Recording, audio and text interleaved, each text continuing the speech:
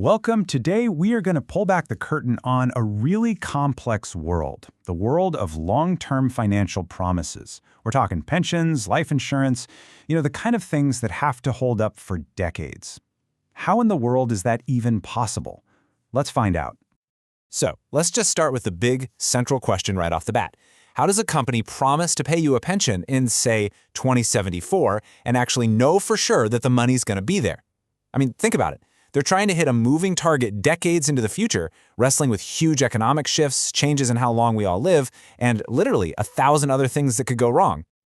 So, you might be wondering, how do you even start to tackle a problem that massive? Well, it's not just guesswork or crossing your fingers. There's a professional framework, a kind of blueprint that's designed specifically for managing this kind of long-term risk. And here it is. It's called the Actuarial Control Cycle. And the most important word there really is cycle. This is not a one-and-done calculation that you just file away. No way.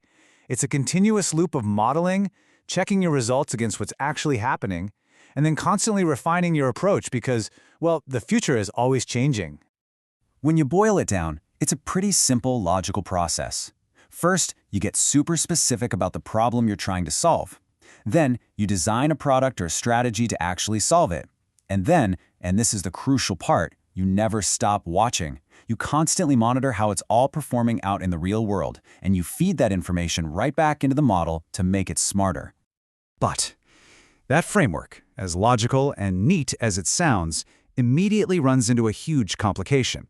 And that complication is us, people. Before you can design any solution, you have to understand who you're designing it for. And the simple reality is, everyone is different. In the insurance world, they have a fancy word for this: heterogeneity. It's just the simple idea that different people represent different levels of risk. And assuming everyone is average is a surefire way to get into deep financial trouble. It'd be like a doctor prescribing the exact same dose of medicine to every single patient, no matter their age or health. It wouldn't work, right? So what kind of things make us different in the eyes of an insurer? Well, they look at a whole range of factors. You've got the obvious ones, right? Like your age, your medical history, or if you're a smoker. But they also look at things you might not even think about, like your job. A software developer faces pretty different risks than a firefighter, or even where you live. Each one of these data points helps actuaries group similar risks together to try and make their pricing fair, and more importantly, accurate. Now, it's not just the differences between people that create risk. It's also the difference between the past and the present. What happens when a promise was made in a completely different world? This brings us to what I like to call the ghosts of guarantees past. Take a look at this quote from our source material. It hints at a massive, massive problem. Decades ago, companies offered pension products with these things called guaranteed annuity rates, or GARs for short. And at the time, they seemed perfectly reasonable. And here's the heart of the dilemma. The promise was made based on the world of the 1980s, when you had high interest rates. But fast forward to today, rates are way lower and we're all living much longer than anyone predicted back then. The result? A promise that was once affordable has become an incredibly expensive, almost crippling liability for these companies. So, beyond these big economic shifts, there's an even more unpredictable variable to deal with: individual human behavior. Specifically, the risk that some people might actually try to game the system for their own benefit. And that, of course, brings us to the thorny issue of insurance fraud. At its core, it's any act where someone deliberately misleads an insurer to get a payout they shouldn't receive. And this isn't just about faking an accident. It can start right from the moment you fill out the application form. Here's a classic example of how this can work. Someone might know they have a serious health condition, so they intentionally apply for a life insurance policy with a payout that is just under the limit that would trigger a mandatory medical exam. They conveniently forget to mention their condition, hoping to get approved at a standard rate. This isn't just an oversight. It's a calculated move to exploit what the insurer doesn't know. And get this, the risk of fraud isn't just external, from customers.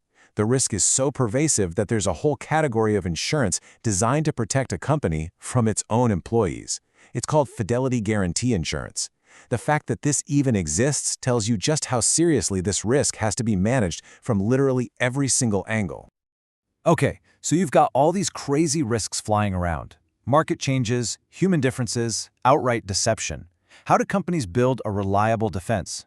Well, they turn to sophisticated financial tools, and we're going to look at one key strategy: hedging. One of the main tools for this job is something called a futures contract. The easiest way to think about it is like a farmer agreeing in the spring to sell their whole corn harvest in the fall for a fixed price. It locks in that price today for a transaction that's going to happen months from now. It completely removes the uncertainty of what the price of corn will be at harvest time. Now, this brings up a really key distinction. You might have also heard of something called an option. A future and an option sound similar, but they are critically different, and it all comes down to one word: obligation.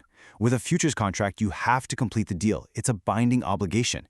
With an option, you have the right to complete it, but you don't have to. That flexibility is everything, and it's a huge difference. So what makes these futures contracts so reliable for managing billions of dollars in risk? Well, there's a crucial middleman called a clearinghouse. The clearinghouse guarantees the deal for both sides. That means you don't have to worry about the other person backing out or not being able to pay up when the time comes. It effectively removes that credit risk and makes the contract a rock-solid hedging tool. So, when you put it all together, what we've seen is that building a financial safety net is a constant battle, fought on multiple fronts. Actuaries use these structured cycles to fight uncertainty, they account for human differences, they manage ghosts from the past, and they deploy modern tools to hedge against the future. But that leaves us with one final thought. In this constant battle against the unknown, which risk do you think is the hardest one to see coming? The sudden market crash, the slow creep of people living longer, or that one clever fraud that absolutely no one anticipated?